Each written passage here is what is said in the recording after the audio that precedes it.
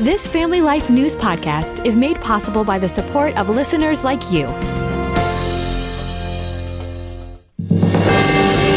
It's the Noon Report from Family Life, bringing a Christian worldview to what's happening in New York, Pennsylvania, across the country, and around the world. Weather with Kevin Williams, plus special features and reports with the Family Life News team. Now, here's what's happening. Good afternoon. Welcome aboard. A messy mix of wintry weather arrives this afternoon and could create slick driving conditions tonight. Snow flips to rain overnight, and then that rain will flip back to snow later tomorrow. WIVB meteorologist Mike Syka talks more about the progression of precipitation. That snow is starting to arrive as we get into mid-late afternoon. Could be a few sleet pellets mixed in with it as well. It is going to be more of a transition to sleet and even a period of freezing rain. I don't think the freezing rain is going to last very long. It's kind of the transition between the frozen mix and then going over to plain rain. And then there's the wind to contend with as well. So a little bit of everything out there. Winter storm advisories in effect through early Thursday. Another storm, perhaps bigger than this one, arrives on Saturday. Spring, by the way, for those who are keeping score at home, arrives in 35 days.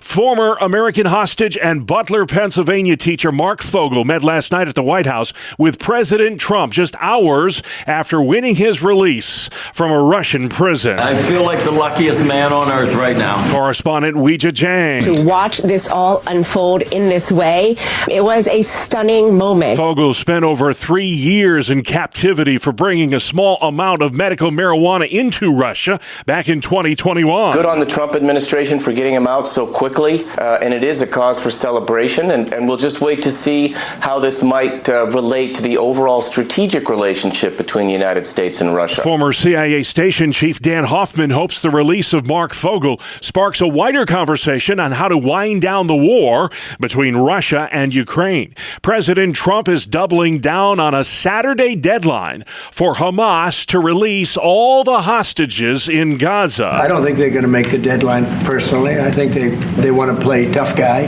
but we'll see how tough they are. Florida Congressman and former Green Beret Corey Mills. The Palestinian people are not who we're after. It is Hamas, the terrorist organization. President Trump is in negotiations with Jordan and Egypt to remake the Gaza Strip and resettle the Palestinians who are living there.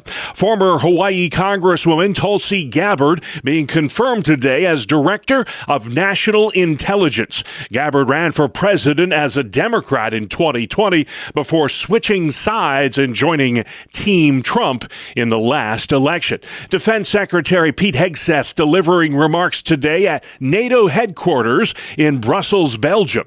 It's his first trip overseas since being confirmed as head of the Pentagon, according to reporter Lucas Tomlinson. Hegseth had tough words for the world body. He said that this must be a war-fighting organization, not a, quote, diplomatic club. He said that on Twitter must be a stronger, more lethal force. Hegseth admonished NATO members to do more in providing for the safety and security of Ukraine. He also said it's unrealistic that any peace deal with Russia would include pre-2014 borders. That means for the war to end, Russia would get to keep Crimea and the Donbass region, which Putin's army has occupied for nearly 3 years. Elon Musk is defending DOGE, the Department of Government Efficiency. If money is spent badly, if your taxpayer dollars are not spent in a sensible and frugal manner, then that's not okay. The world's richest man says there's a lot of waste and abuse in the federal government, and he's been tasked with rooting it out. The people voted for major government reform, and that's what people are going to get. They're going to get what they voted for. Musk said in a press conference last night in the Oval Office that cutting federal spending is not optional. It's essential. Business analyst Taylor Riggs agrees. Anywhere that you can trim the fat. They do this in the private sector all the time. You cut the lowest performers, and then you're more efficient going forward. The DOGE cost-cutting measures, however, could get gummed up in the courts. Former Vice President Mike Pence is calling on DOGE to defund Planned Parenthood. The nation's largest abortion provider received more than $700 million during the Biden administration. During that time, a record number of abortions were performed in this country. Inflation remains stubbornly seasonally high. The Consumer Price Index rose by 3% in January. A big part of the problem, food prices. The cost of food was up by 2.5% from a year ago. Of course, it costs more to eat out of the home than in the home. Food away from home higher by 3.4% for the year. And if you eat at home, it will cost you 1.9% more than it did a year ago. Business analyst Jill Schlesinger, egg prices are up 36% from last year as a deadly bird flu outbreak continues. We have a very deadly strain of the bird flu. Prices are surging, supply is dwindling. Farmers have lost more than 46 million chickens since October. That's more than all of the chickens lost in all of 2022. So our laying hen population is the lowest that we've seen in 10 years. Jackie DeAngelis with Fox Business says a dozen eggs will cost you $10 right now in some parts of the country. Flu cases are at their highest level in 15 years. Correspondent Jonathan Lapouse. The CDC says that every year anywhere from 9 million to 40 million Americans get infected and 6,000 to 50,000 people die. That's a ton of variation. This year so far, 24 million infections, 13,000 deaths, and these are preliminary statistics. The NCAA under pressure to strip trans athletes of their records and awards as the Trump administration seeks to restore women's sports for women. The president last week signed an executive order that effectively bans trans athletes from competing in female sports. There's a new top dog in America. Best in show at the 149th annual Westminster Kennel Club Dog Show. I choose the Giant Schnauzer. Oh, Monty!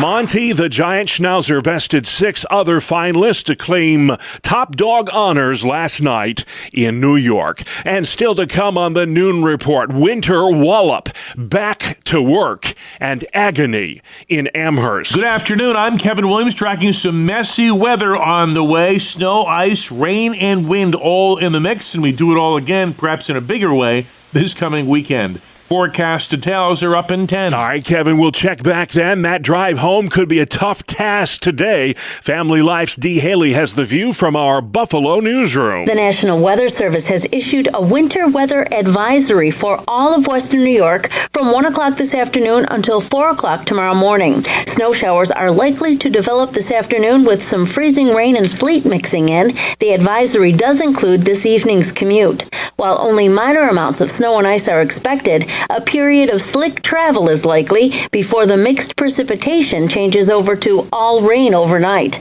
The National Weather Service reminds motorists to slow down and use caution while driving. Dee Haley, Family Life News. All right, Dee, thank you very much. The string of storms of late has taken a toll on the region's rock salt supply. These store owners in Pennsylvania say demand outweighs supply. We do have some on the front porch, and what we have is what we have for right now. We're about on our 6th vendor of different types of ice and rock salts for it.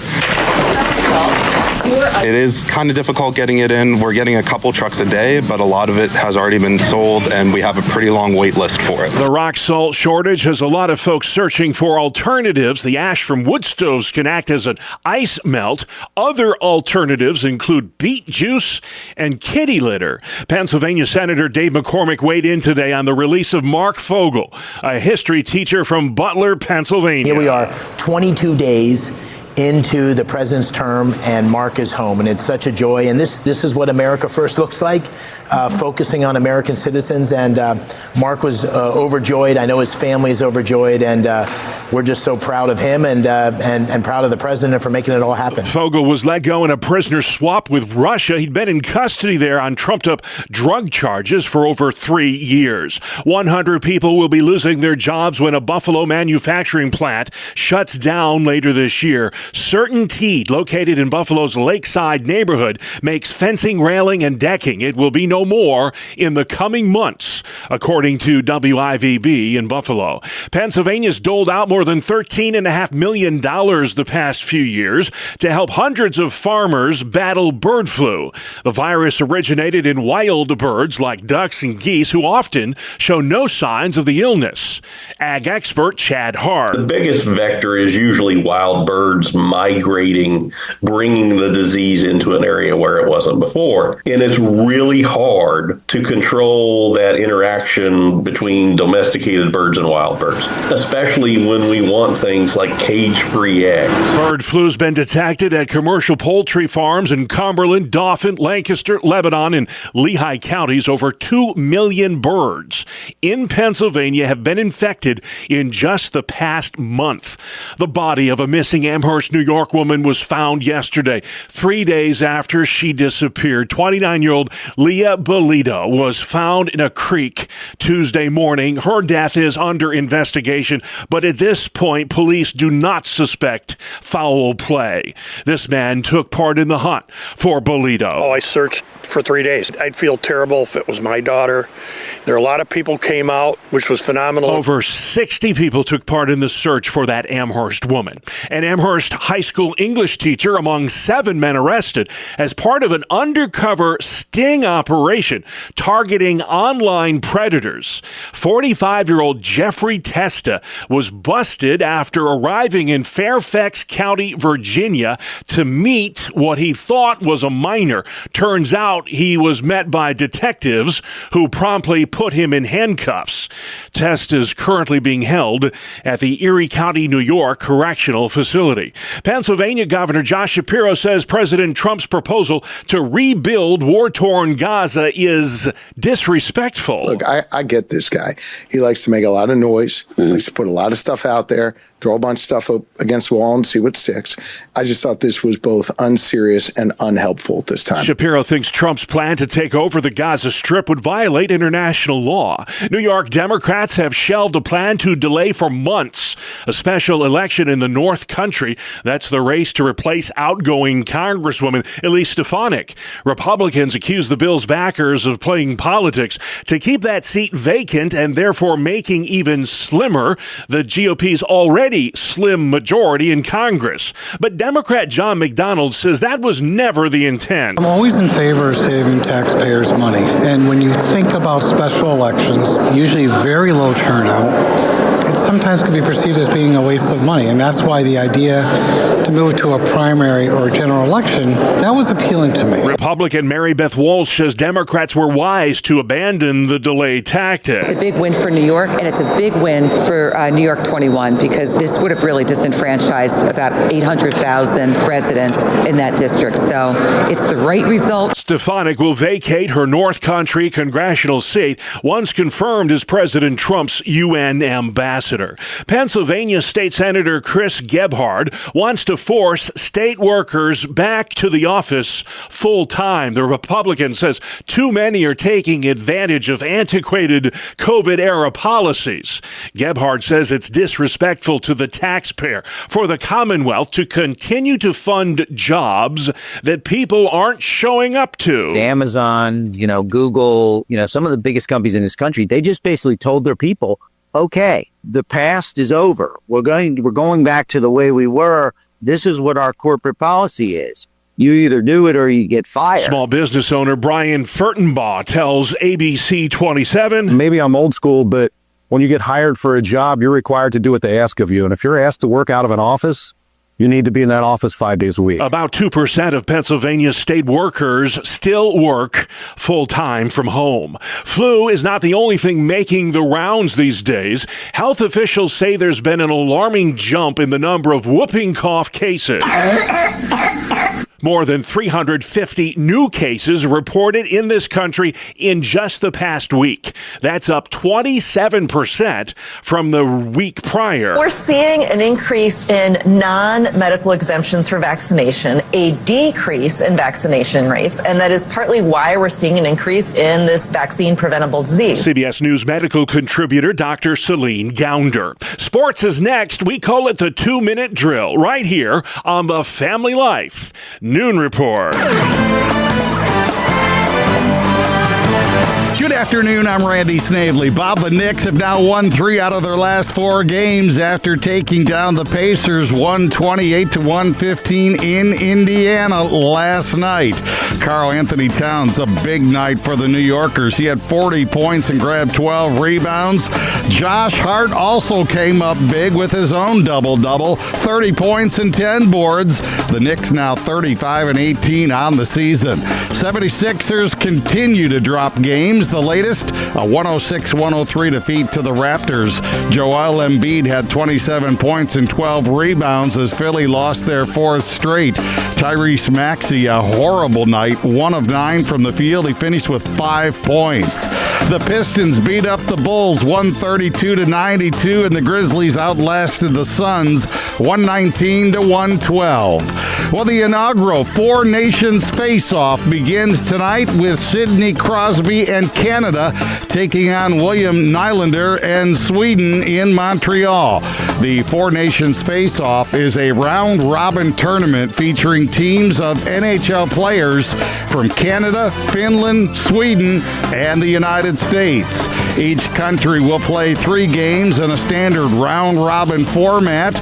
A win in regulation counts as 3 points. A win in overtime or in a shootout is worth 2 points. A loss in OT or a shootout is 1 point. And a loss in regulation earns you nothing.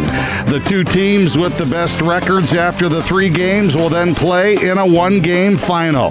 The U.S. plays their first game against Finland tomorrow night. And in baseball news, Clayton Kershaw and the L.A. Dodgers have agreed on a 1-year contract. The 37-year-old 3-time NL Cy Young Award winner is expected back sometime around June. That is a look at sports. All right, Randy, thank you very much. Still to come on the Noon Report, a midweek edition. Mark Fogel, free. Musk defends Doge, and how singles can still celebrate Valentine's Day. Welcome to Breakpoint, a daily look at an ever-changing culture through the lens of unchanging truth. For the Colson Center, I'm John Stonestreet. Well, according to sociologist Lyman Stone, in an article that was published at the Institute for Family Studies, sexlessness skyrocketed between the late 2010s and the early 2020s, roughly doubling for young men and increasing by 50% for young women.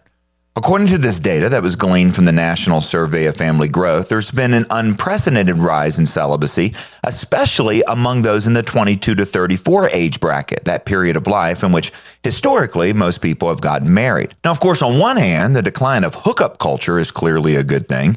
Casual sex has reliably produced personal and social brokenness. It fuels demand for abortions. It increases the epidemics of fatherlessness and sexual infections.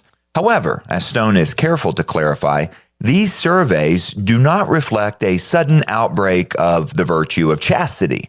Rather, this so-called sex recession has been, and I quote here, driven mostly by a decline in the number of males with one female partner or long-term relationships. In other words, young people today are not forming the same bonds, especially marriage, that were once far more common.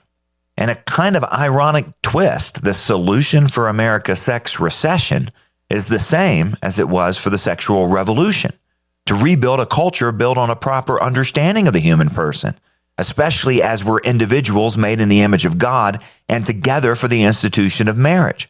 Parents, teachers, pastors, employers, policymakers, even the occasional coach in health class can all encourage the next generation to have sex, but only in the way that God created and intended. Christians should be especially careful to celebrate and to honor marriage in how we talk, portraying it as both realistic and as the responsible option for young adults. They also need both examples of committed lifelong love and places where relationships can both begin and can deepen. Churches are uniquely positioned to provide both of those things. God made sex and the institution of marriage for our good and for our joy. And now a mountain of social science and decades of experience prove that his way is better than the lonely, loveless alternative. For the Colson Center, I'm John Stonestreet with Breakpoint.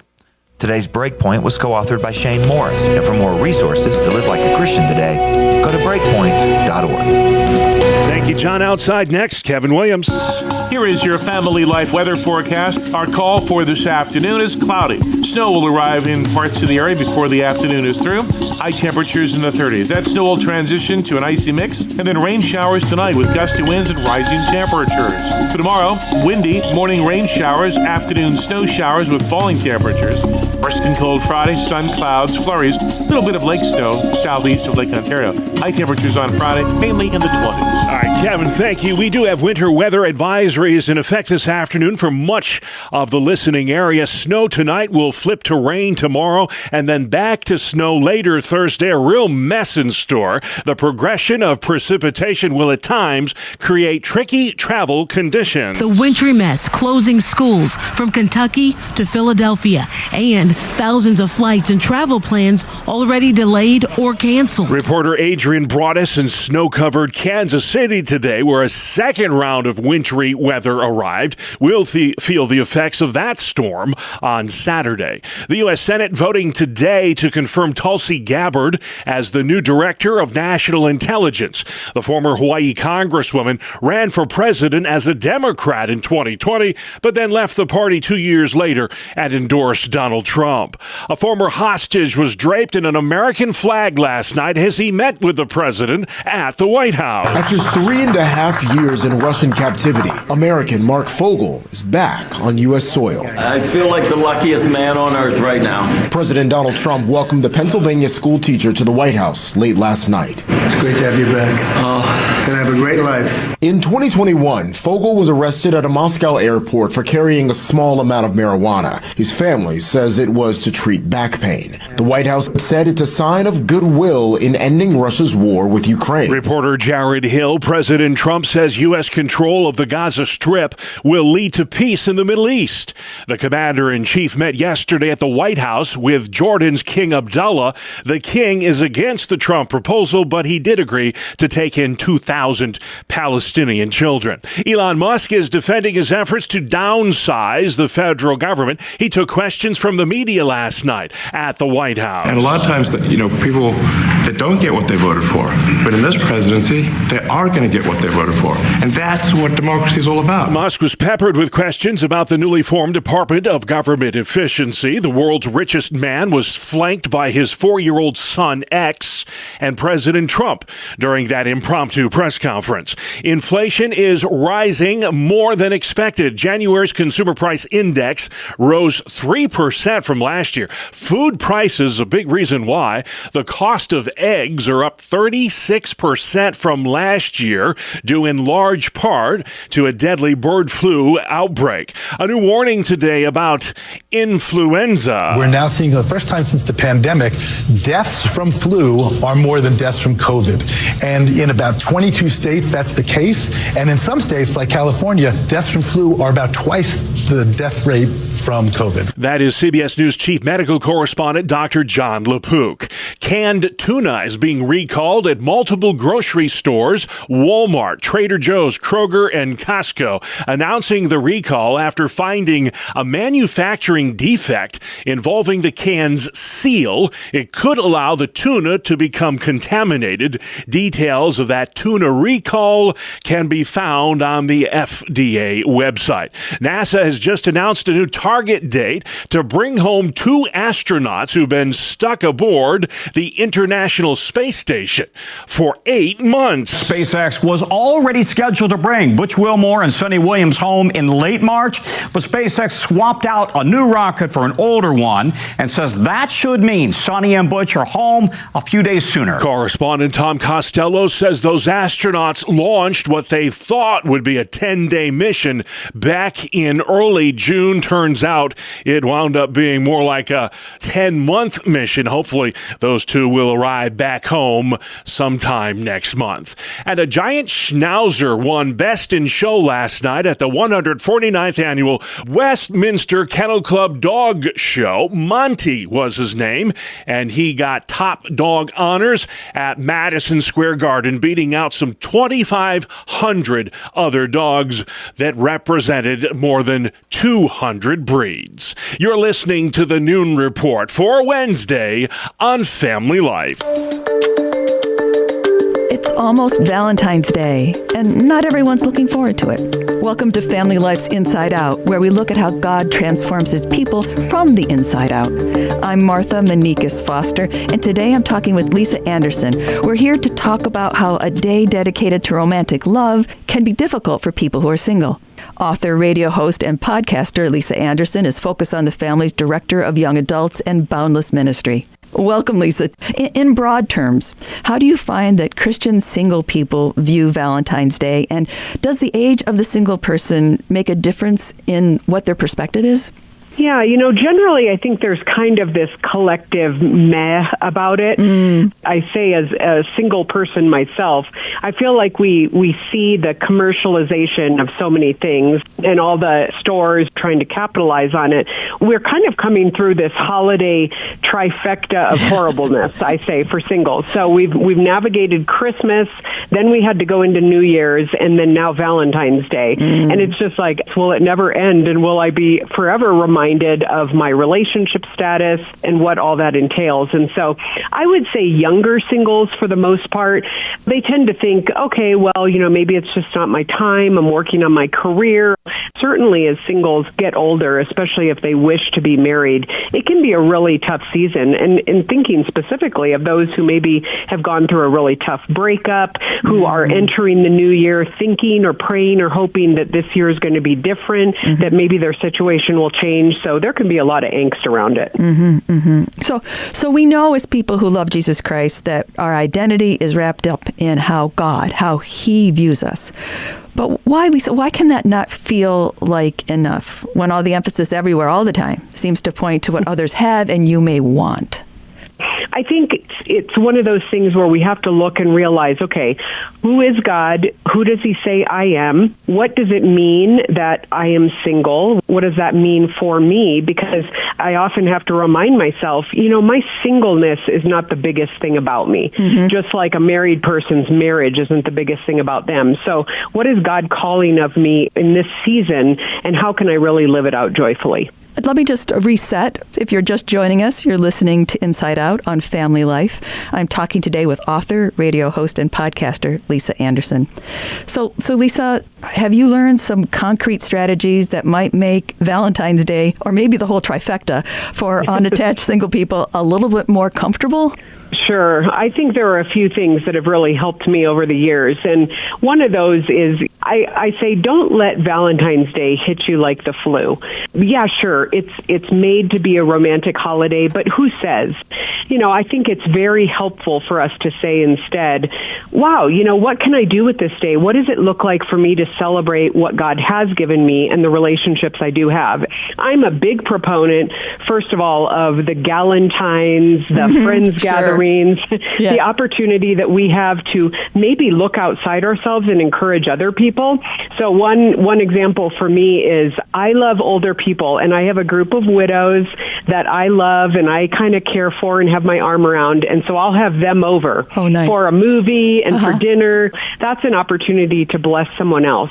I would also say, and I don't want to underemphasize this, it's also okay to grieve where you are right now. I think too often we put a happy face on our sorrows, especially around singleness and what we're hoping for, when really the psalmist tells us to pour out your complaint to God, because he's the one who actually cares and certainly can do something about it. But also to ground yourself in truth and recognize that this is not your worst day. This is not the biggest thing about you. And you can really move forward confidently in so many other things that you are about. I hear you. Are there ways that a single person's engaged and married friends can be of a help and not a hindrance? I think they absolutely can. I have a dear coworker from the past who, she and her husband one time on Valentine's Day called me up and said, Lisa, we're going out for dinner and a movie, so come along with us and join us. And that enfolding of your single friends in a holiday, whether it's Valentine's Day or just any day, is so encouraging to recognize, like, hey, I see you. Maybe it is for Valentine's Day sending someone a card or sending them flowers at work so that they're recognized and seen as well. Or maybe it's just talking about something something that they can engage in as well. Level the playing field. Maybe ask them about the next vacation they're anticipating or how their nieces and nephews are and what they're doing with them. So it just kind of gives them an opportunity to win in a space where otherwise they wouldn't have much to say. They wouldn't win. They wouldn't be able to even to participate. Yes, I hear what you're saying. All right, great stuff there from Lisa Anderson at Focus on the Family. Now, you can subscribe, listen to, and share this feature as well as all our original podcasts at Apple Podcasts, Spotify, YouTube, or FamilyLife.org. Good afternoon. Here is your Family Life regional weather forecast. An area of low pressure racing toward us from the lower Mississippi Valley spells some messy weather as we progress through the next 36 hours. Snow, ice, rain, and wind all in the mix. And what's more, we do it all again this weekend, but with perhaps a stronger and juicier system. Our call for this afternoon is cloudy. Snow will arrive in parts of the area before the afternoon is through. High temperatures in the 30s. That snow will transition to an icy mix, and then rain showers tonight with gusty winds and rising temperatures. Snow accumulations generally floating to just an inch or two before the change. For tomorrow, windy, morning rain showers, afternoon snow showers with falling temperatures. Brisk and cold Friday, sun, clouds, flurries, a little bit of lake snow southeast of Lake Ontario. High temperatures on Friday, mainly in the 20s. All right, keeping us in the know from the Weather Center, the always dependable Kevin Williams. Thank you very much, sir. And finally today is a day you really want to cash in on. Family Life's Brian Query explains. Many of us have been there. We find random loose change in our cars, our cushions, on the floor, or on the street. And when you find a penny, many consider that to be a sign of good luck. Well, today is National Lost Penny Day. The day was started in 1995 to recognize the importance of a penny because when found, lost change can add up. The day has been connected with the birthday of Abraham Lincoln, not only because it's on his birthday, but his picture has been on the penny since 1909. The first ever U.S. penny was designed by Benjamin Franklin in the 1780s, and since then, billions of pennies have been minted. And even though new pennies won't be minted, the ones in circulation still serve an important purpose. So today, look in the deepest corners of your sofa, your jackets, and your cars. You never know the treasure you might find. Brian Query, Family Life News. All right, Brian, thank you for that. And just like that, we are out of time. That's our world, the world we live in. Wednesday, February 12th. I'm Bob Price, Family Life News. You've been listening to the Noon Report, heard weekdays on Family Life. Thank you for listening.